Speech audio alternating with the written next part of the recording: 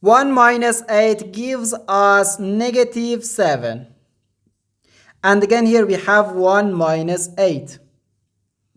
So negative 7 times negative 7 gives us positive 49. But this answer is not correct because according to the order of operations, which is PEMDAS, P stands for parentheses, E stands for exponent, M and D stands for multiplication and division, and A and S stands for addition and subtraction. First we have to do parentheses, then exponent, then multiplication or division, and finally addition or subtraction.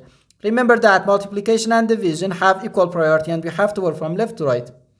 And the same applies to addition and subtraction. In this expression, we have one subtraction, one multiplication, and one parenthesis. Inside this parenthesis, we have one subtraction. Here we have a multiplication because in mathematics, when a number is placed next to parentheses, it means multiplication, and we usually don't write the multiplication sign for brevity.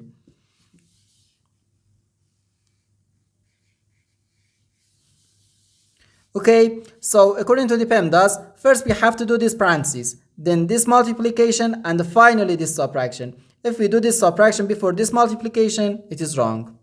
So first we have to do this parentheses. Inside this parentheses, we have 1 minus 8, which equals negative 7. So we have 1 minus 8, then times negative 7. Now in this expression, we have one subtraction and one multiplication.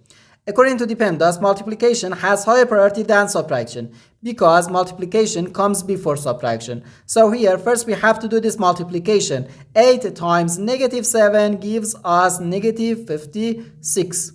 So we have 1 minus negative 56. Now negative times negative gives us positive. So we have 1 plus 56. Which equals 57. And this is our final answer to this problem. The correct answer is 57.